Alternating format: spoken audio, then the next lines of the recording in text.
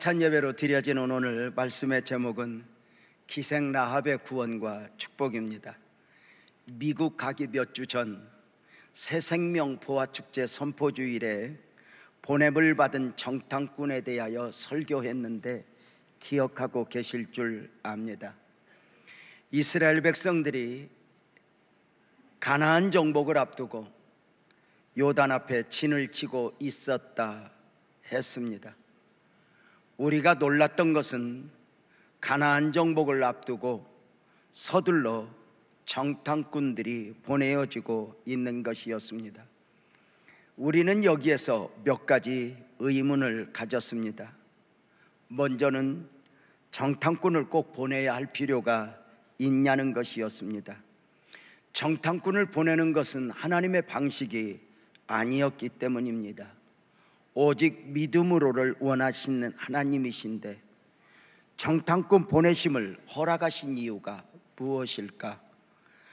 또 하나의 의문은 나중 여리고가 정복되는 과정을 보면 성 안에 들어가 죽고 죽이는 전쟁이 아니라 성 밖에서 여리고를 순종으로 돌며 정복하는 것이니 정탐꾼이 꼭 보내어질 필요가 있냐는 것이었습니다.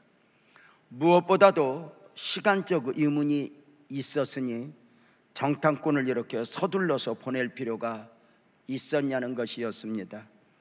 아직 이스라엘 백성들이 요단을 건너기 전이었습니다. 그렇다면 가나안 정복에서 가장 중요한 일은 먼저 요단을 건너는 일입니다. 요단을 건너면 기념비도 세워야 하고 할례도 받아야 하고 유월절도 지켜야 했습니다. 이 모든 사건들이 마무리된 후에 여호수아 6장에 가서 여리고 정복 사건이 있어지게 됩니다. 그렇다면 여호수아 5장 말쯤에 정탐꾼을 보내어도 충분할 터인데 왜 성경은 여호수아를 열자마자 정탐꾼 보내는 일이 이렇게 서둘러 졌냐는 것입니다. 정탐꾼을 이렇게 서둘러 보내신 목적이 무엇이었습니까? 정답은 기생 라합의 구원이었습니다. 심판이 예고된 여리고성에서 구원받을 사람, 영생 얻기로 작정된 사람을 찾아내고자 하심이었습니다. 한 생명이라도 악인과 함께 멸망받는 것은 하나님의 원하심이 아니었습니다. 하나님의 마음은 심판이 예고된 여리고에서 한 버림받은 여인에게 구원의 증표를 주어 구원의 백성 삼으시고자 함이었습니다. 보냄을 받은 정탐꾼의 사명은 영혼 구원의 사명이었다 했습니다.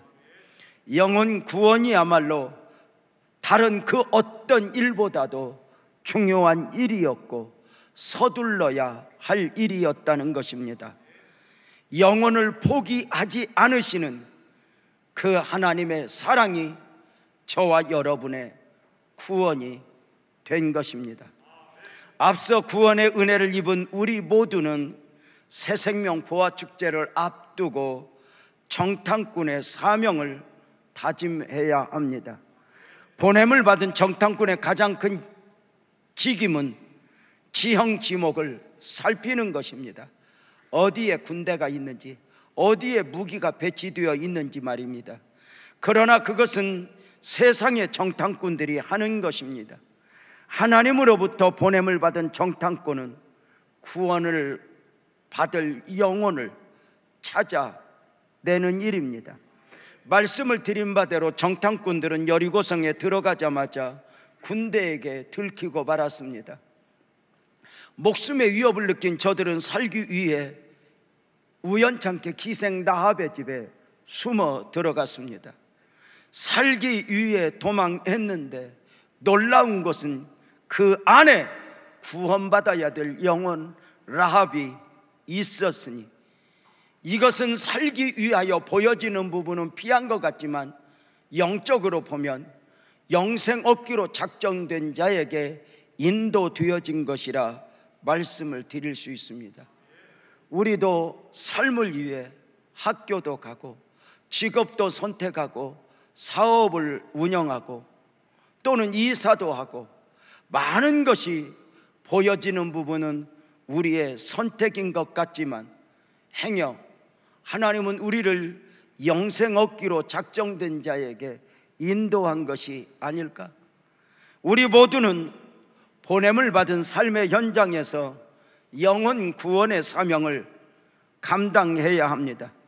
물론 정탐꾼의 사명을 감당한다는 일이 쉬운 것은 아닙니다.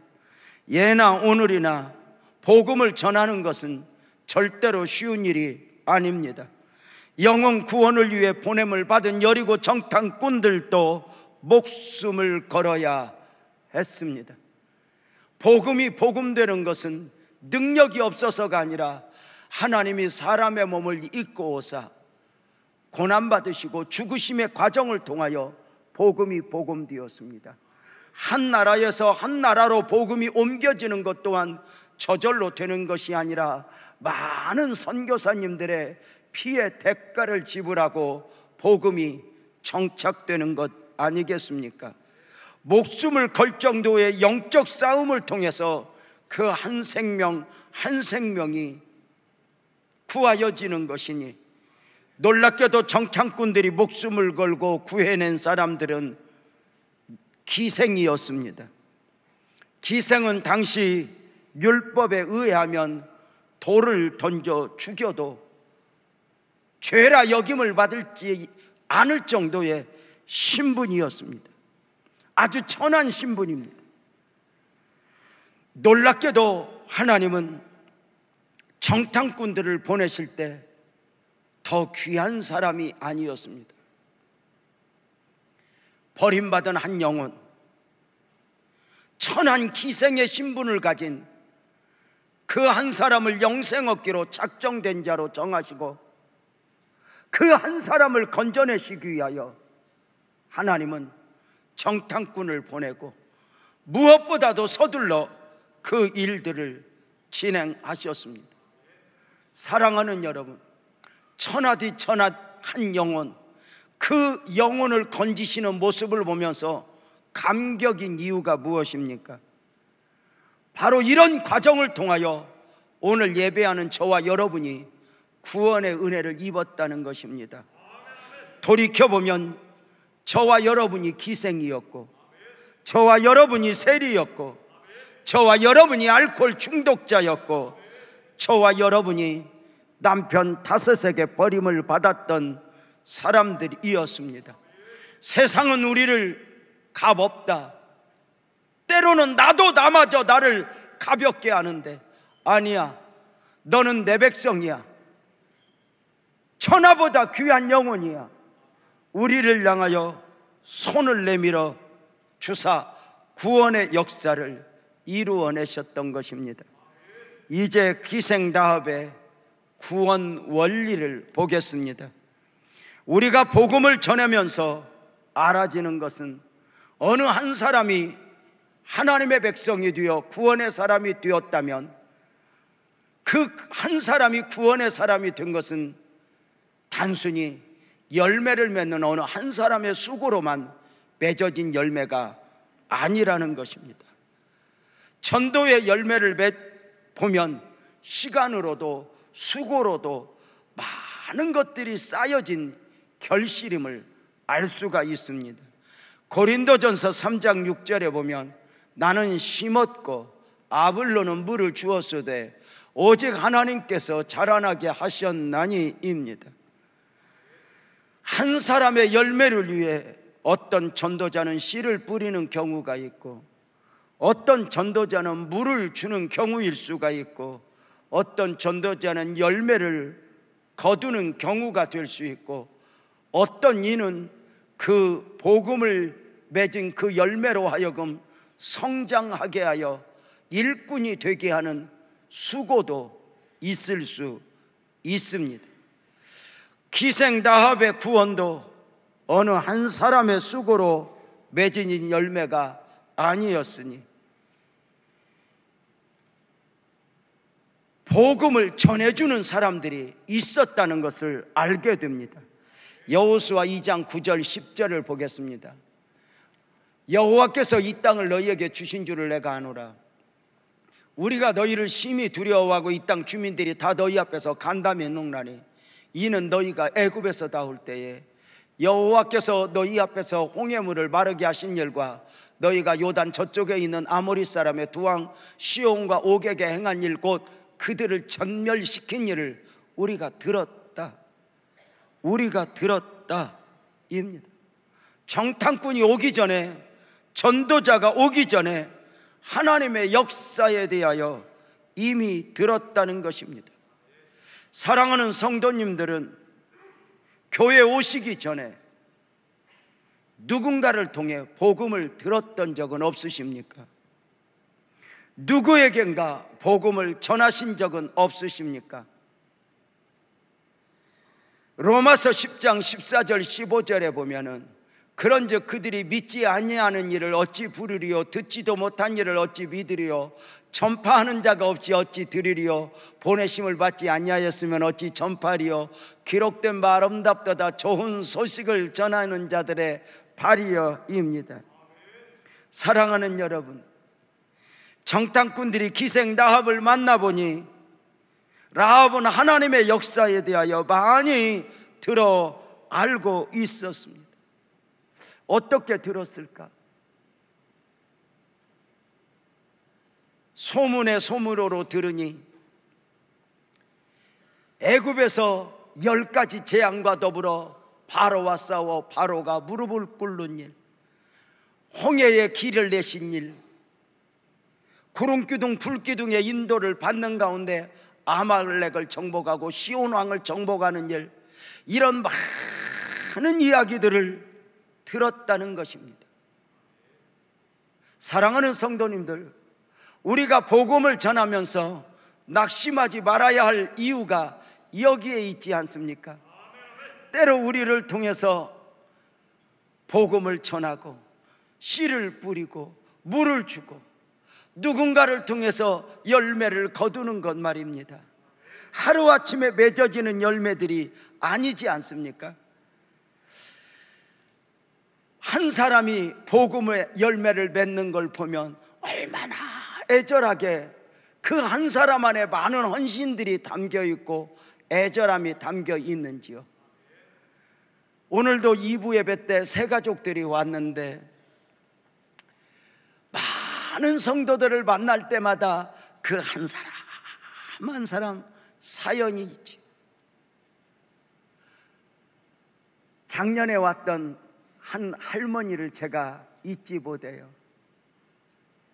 처음 교회에 오셨는데 하염없이 눈물로 예배를 드렸어요. 새가족실에 만나 어머니 같아 손을 잡고 왜 그렇게 우세요? 그랬더니 목사님, 내가 이제야 왔습니다. 얼마나 오고 싶었는지 아십니까? 왜요? 목사님, 제가 처녀적 18, 19에 예수님을 만났습니다. 우리 친정어머니, 친정아버지가 반대하면서 저를 억지로 그 어린 나를 시집을 안 믿는 집으로 보냈습니다. 친정아버지가 무엇이라 말씀하셨는지 시아버지는, 가족들은 저를 교회 갈 수 없는 사람으로 묶어 놓았습니다. 그리고 82세 60년이 넘게 십자가를 보며 울었습니다.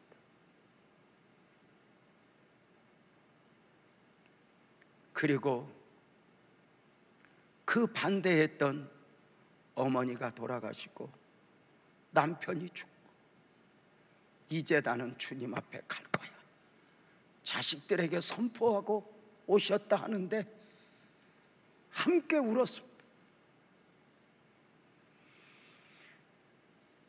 우리 주변에 주님 앞에 오고자 하지만 가난에 매여,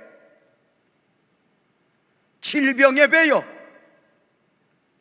또는 핍박으로 인하여 눈물을 삼키며 복음을 기다리는 분들이 얼마나 많이 있어요. 복음을 전하면서 낭망할 필요가 없지요. 기다리는 영혼들이 있는 것 아닌가? 기생다합에게 어떻게 믿음이 믿음 되었을까? 여호수아 2장 11절에 보면 우리가 듣자 곧 마음이 녹았고 너희로 말미암아 사람이 정신을 잃었나니 너희의 하나님 여호와는 위로는 하늘에서도 아래로는 땅에서도 하나님이라. 신기하지 않습니까? 지금 라합의 입술로 하나님을 하나님으로 고백하고 있습니다. 놀랍게도 출애굽의 역사 가운데 있어졌던 기적에 대한 소문, 홍해를 건너 역사, 아말렉을 이겼던 이런 역사들이 누구에겐가는 소문이 소문으로 지나갔지만 누군가에게는 그 소문이 어느 순간 그 마음에, 그 심령에 믿음으로 둥지를 틀었던 것입니다. 10사람이 100사람이 복음을 전해도 그저 가벼운 이야기로 봤지만 어느 순간 주님이 호련히 역사하며 그 소문이, 그 전함이 믿음으로 둥지를 트는 것 아닐까? 오늘 아침에 우리 대회 일부 예배 드리러 오기 위해서 엘리베이터를 탔는데 마침 그 아래층에 사시는 두 내외분이 등산을 가기 위해서 큰 가방을 메고 어디로 가시니까 청양으로 가신대요. 멀리 가시지 말고 교회 갑시다. 빙긋이 웃으면서 그쪽은 나오고 상관없다는 투에 그 멀리 청양고추 잡수러 가시지 말고 우리 예배당에 갑시다. 그렇지만 빙긋이 웃고 이미 목사 대회인 줄 알고 엘리베이터에서 왜 하필 만났을까? 고개를 돌리고 몸을 비비꼬지만 순간 주님 저들에게도 언젠가 복음이 복음되게 해주세요 라고 기도하죠. 여러분, 다시 말씀을 드릴게요. 하나님의 위대한 역사들, 위대한 하나님의 일들이 누군가에게는 소문이 소문오지만 어느 순간 그 소문이, 그 이야기들이, 그 전함이 둥지를 틀어 복음이 복음되는 것을 보면 놀라운 일이 아닐까? 사랑하는 여러분, 어느 순간 이 복음이 믿어짐이 얼마나 축복이고, 세상은 십자가를 미련하게 보지만 그 십자가의 지혜를 믿음으로 보고 오늘 예배할 수 있다는 것이 얼마나 축복인가. 지난 한 주간 대한민국이 들썩들썩했습니다.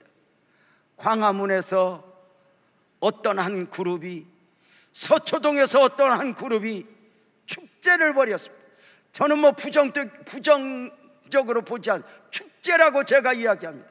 자, 수백만이 모여서 그렇게 외치는 것, 그것은 귀한 일이고, 과연 이렇게 예배하는 것은 가벼운 것일까? 사람의 시각과 하나님의 시각, 무엇이 다를까? 여러분 어떠십니까? 누군가에게 믿음이 있는 것을 보았다.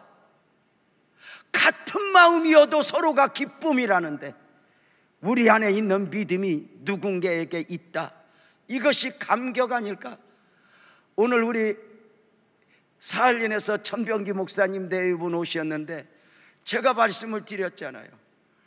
러시아 땅을 처음 문이 열렸을 때 내가 어디서 복음을 전하리까 러시아 땅을 다 다니는 중에 사할린의 둥지를 들어 마음을 주어서 갔더니 이곳에 예수 믿는 사람 없습니까? 했더니 수십 년 전에 북한에서 신사참배를 피해 믿음 하나 지키겠다고 사할린에 와서 외롭게 예배하던 한 집사님, 그에게 소원은 하나님, 목사님 얼굴 한 번만 보게 해주세요.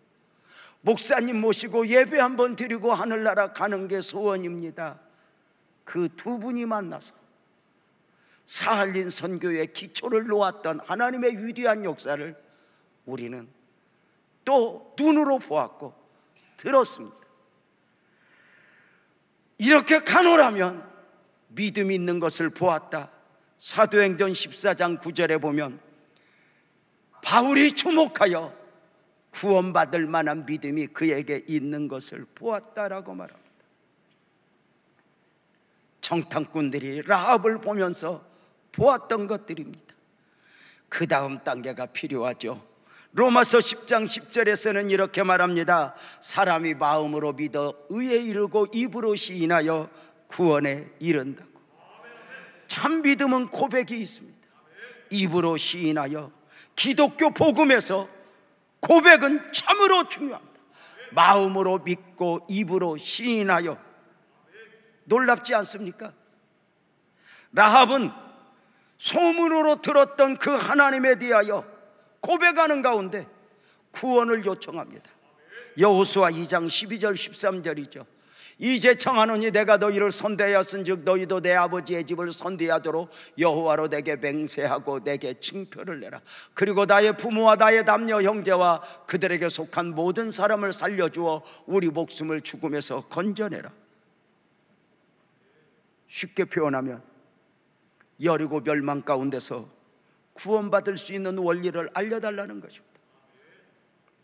그리고 자신만이 아니라 온 가족의 구원을 요청하고 있습니다. 이것이 복음의 특징입니다.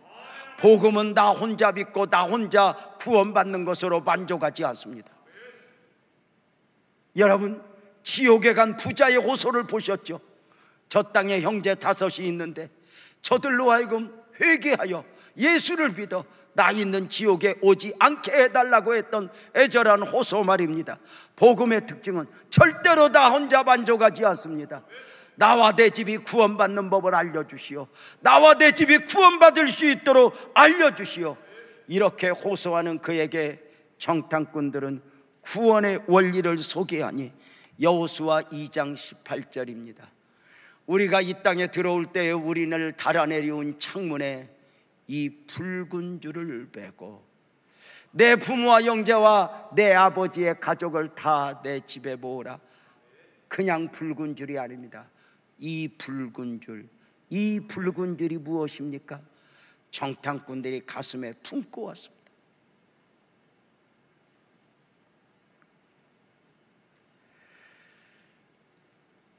구원의 조건이 있었으니 붉은 줄을 창문에 달라. 붉은 줄을 창문에 달고 이 붉은 줄 안에, 울타리 안에 가족들을 다 모으라는 것이었습니다. 놀랍게도 정탐꾼들은 붉은 줄을 가슴에 품고 왔고 그 붉은 줄을 라합에게 주어 믿음으로 창문에 달라 가족들을 다 모으라였습니다. 놀랍게도 구원의 역사는 얼마나 선한가. 어떤 특별한 집이 아니었습니다. 붉은 줄을 창문에 걸었던 집입니다. 구약이든 신약이든 언제나 구원 역사는 이런 식이니 붉은 줄은 예수 그리스도를 상징하는 것이었습니다. 출애굽의 구원 역사의 시작이었던 처음 재앙이 무엇입니까? 물이 피가 되게 하는 이적입니다. 10번째 구원 역사를 완성하는, 출애굽의 구원 역사를 완성하는 10번째 재앙이 무엇입니까? 어린 양의 피를 문설주에 바른 가정 안에 구원이 있었던 것입니다. 신약 성경에서 예수님 공생애를 시작하신 예수님의 첫 번째 이적이 무엇입니까? 물이 포도주가 되게 하는 역사였습니다. 왜입니까? 이 모든 것은 예수 그리스도의 보혈을 예표한 것입니다. 예수 그리스도의 보혈은 기독교의 중심입니다. 예수 그리스도의 보혈은 성도로 하여금 성도가 성도되게 하는 구원의 원리입니다. 예수 그리스도의 보혈은 신구약 성경을 한 길로 관통하는 사상입니다. 말틴 루터가 외쳤습니다. 빨래를 짜보아라 물이 나올 것이다. 성경을 비틀어 짜보아라 피가 나올 것이다. 구약 성경을 짜보아라. 짐승피가 나올 것이다. 신약 성경을 비틀어 짜보아라. 예수 피가 흐르게 될 것이다. 너는 보혈의 은혜를 입었느냐 묻습니다. 성경은 피의 책, 보혈의 책입니다. 성경은 아담의 피 묻은 가죽옷으로 시작하여 예수 그리스도의 갈보리 십자가에서 절정을 이루고 우리 예수님 재림하실 때 세마포 옷을 입은 사람들과 영접을 받고 영접을 하며 구원의 완성을 이루게 될 것입니다. 어느 노 전도자이신 할머니 한 분에게 들었던 이야기가 있습니다. 함께 예배하고 난 뒤에 그 노인이 저를 찾아와 이렇게 이야기했습니다. 강사님, 우리 주님 재림하실 때 우리 모두가 세마포를 입고 있어야 하는데요, 그 세마포가 깨끗해야 할까요? 더러워야 할까요? 제가 이렇게 이야기했습니다. 세마포가 깨끗해야 되지 않겠습니까? 그랬더니 이렇게 말합니다. 아니요, 목사님, 세마포가 깨끗하면 안 됩니다. 세마포는 믿음을 지키느라, 핍박을 견디느라, 복음을 전하느라 찢기고 상해 있어야 합니다. 그 찢기고 상한 모습으로 주님 만날 때 주님이 우리 눈물을 닦아줄 것이고 우리 아팠던 부분을 만져주실 것입니다. 나 혼자 잘 믿어 겨우 세마포 깨끗하게 지키는 것으로 살면 안 됩니다. 우리는 복음을 전해야 됩니다 하는 이야기였습니다. 성경은 피로 얼룩진 구원의 안내서입니다. 성경은 피에서 시작하여 피에서 완성을 이룹니다. 그러므로 성경에서 보혈의 은혜를 입지 못했다면, 깨닫지 못했다면 성경을 1000번을 읽어도 영적 장님입니다. 물론 하나님으로서 사람의 몸을 입고 오신 예수님은 기적을 행하셨습니다. 병든 자도 치료하셨습니다. 바다를 잔잔케 하셨습니다.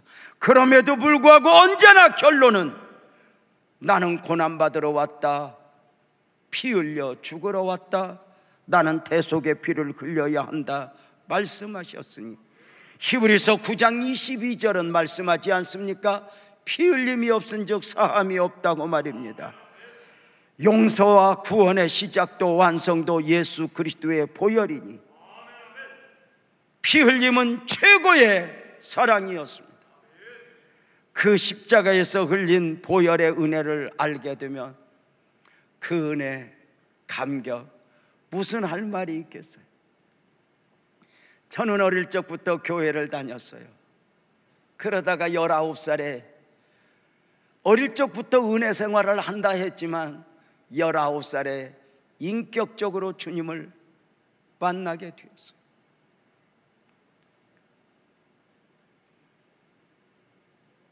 깊숙이 가방 안에 담겨있는 성경책을 꺼내어 들고 하염없이 울며 교회를 찾아 예배하기 시작했어요.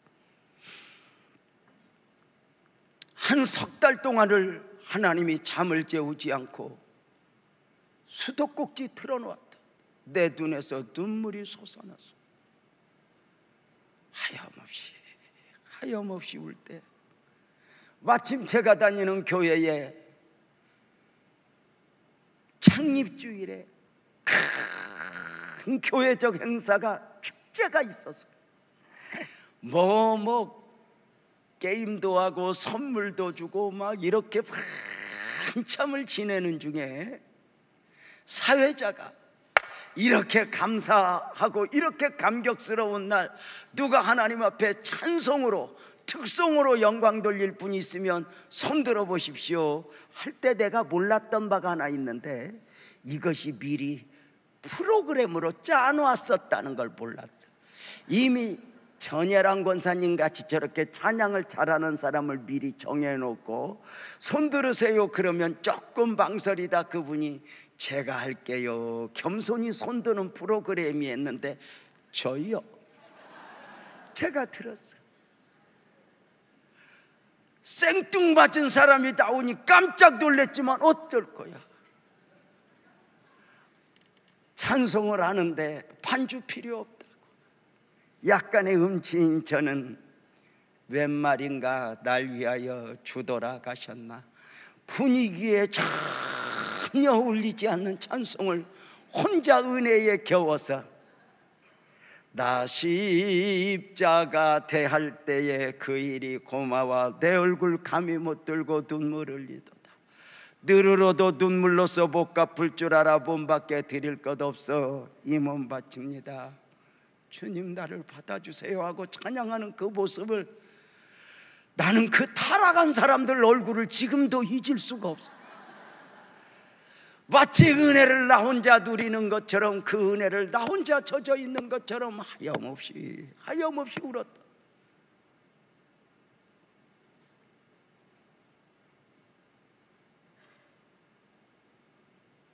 참 믿음은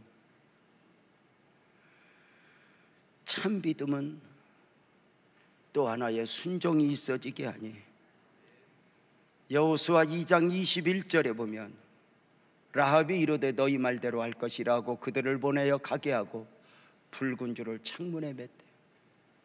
여러분, 정말 말도 아닌 이야기 아니에요? 여리고성이 멸망을 당할지도 모르지만 여리고성 멸망을 당하는 일이 있으면 이 붉은 줄을 창문에 매면 이 울타리 안에 들어오는 많은 사람들은 구원을 받을 것이다.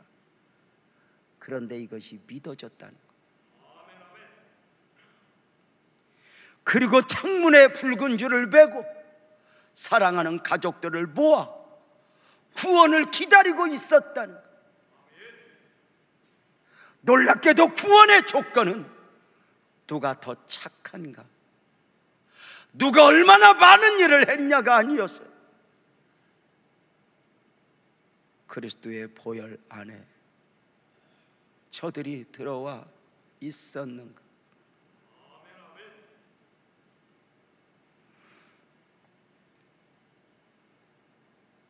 우리 주님 다시 오시는 날도 그러할 거예요. 내 가슴에 그리스도의 보혈이, 우리 가정에 그리스도의 보혈이,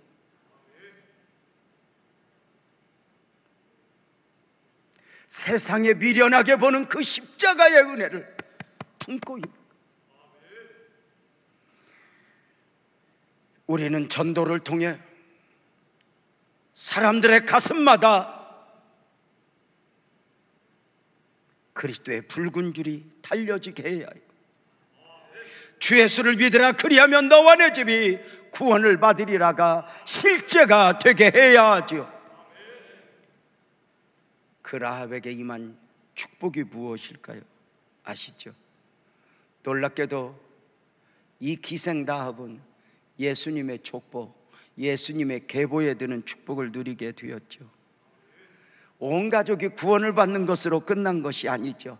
마태복음 1장 5절에 보면 살몬은 라합에게서 보아스를 낳고 예수님의 족보예요. 예수님의 계보예요. 기생이었던 여인이 예수님의 족보에 들었다는 것 놀라운 게 아니에요. 저주에서 구원의 은혜만 입은 것이 아니라 예수님 족보에 그 이름을 올렸지요. 세상의 족보에서 예수님의 족보로 죄와 사망의 울타리에서 생명 구원의 역사 안으로 들어왔죠. 땅에 속한 사람에서 하늘에 속한 사람으로 신분이 완전히 바뀌어 버렸죠. 육에 속한 사람에서 영에 속한 사람으로, 마귀의 자녀에서 하나님의 자녀로, 죄와 사망에 유린당하며 살아가던 인생이 복음 안의 삶으로 완전히 바뀌었죠. 조금 전에 읽었던 마태복음 1장 5절을 다시 보면 살몬은 라합에게서 보아스를 낳고 했는데, 여러분 그 라합이 낳았던 아들은 정말 하늘의 별처럼 빛나는 보아스 아니었습니까? 저 남편으로 나오는 살몬에 대하여 주경학자들은 그 정탐꾼으로 갔던 사람 중에 한 명이 살몬이었다고 이야기하는 경우도 있습니다. 그가 누구이든 상관없습니다.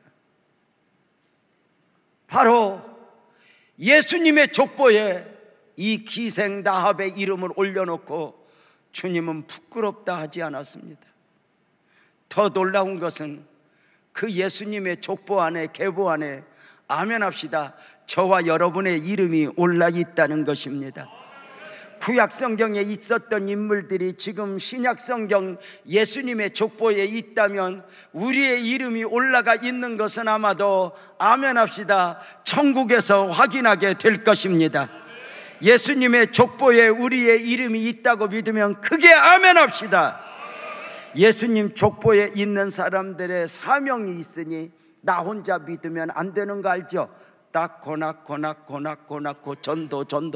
전도 복음이 전해져야 하고 생명 구원의 역사가 있어져야 하는 것 아닌가? 정탐꾼들이 그러했던 것처럼 붉은 줄을 가슴에 안고 사람들을 만나 언젠가는 내 전함이, 누군가의 전함이 소문이 소문으로 지나가는 이야기가 지나가는 이야기로 끝나지 않고 믿음으로 둥지를 틀게 될 것을 알고 전하고 또 전하고 전하는 것 아니겠습니까? 붉은 줄을 창문에 달라. 오늘 우리는 붉은 줄로 예표되어졌던 예수님의 보혈을 성찬을 통해 먹고 마실 것입니다. 처음 성찬은 제자들과 함께 주님이 행하셨습니다. 떡과 잔을 베푸시며 이것은 내 살이요 내 피라 주님이 하신 것입니다. 성찬에 참여는 특권이 아닙니다. 요한복음 6장 54절 55절에 보면 내 살을 먹고 내 피를 마시는 자는 영생을 가졌고 마지막 날에 내가 그를 다시 살리리니 내 살은 참된 양식이요 내 피는 참된 음료로다. 사랑하는 성도님들, 성찬에 참여해서 구원을 받는 것이 아니라 구원받은 사람으로서 성찬을 참여하는 것이니 우리는 이 성찬을 참여하면서 나는 하늘에 속한 사람입니다, 나는 구원받은 백성입니다라고 고백하는 것입니다. 특별히 오늘 성찬을 받을 때 새생명 축제를 앞두고 전도 대상자들을 품고 주님 지금은 나 혼자 성찬에 참여하고 있지만 언젠가 우리 엄마 아빠 내 사랑하는 자녀들 형제들 한 상에 둘러앉아 성찬을 받게 하옵소서 기도함으로 성찬을 받았으면 좋겠습니다. 사랑하는 여러분, 이 성찬은 단순한 기념 예식이 아닙니다. 이 성찬은 예수님의 실제입니다. 오늘 이 성찬이 우리의 몸에 받아들여질 때 이 성찬은 아멘 합시다. 우리의 몸을 치료할 것입니다. 이 성찬은 능력이 되어 우리의 삶을 치료하게 될 것입니다. 저와 여러분의 인생이 바뀌어지게 할 것입니다. 오늘 처음 오신 분이 있습니까? 여러분 예수님을 믿으십시오. 예수님의 손을 잡으십시오. 기생다합도 구원을 받았습니다. 우리 모두는 구원받을 수 있습니다. 너는 내 사람이라 내 백성이라 손을 내미시는 주의 손을 잡으며 오늘 또 함께 성찬에 참여하겠습니다. 오늘 성찬이 능력이 되기를 소망하며 우리 모두 함께 자리에서 일어나 보혈을 지나 믿음으로 찬송하며 성찬 받을 준비하겠습니다.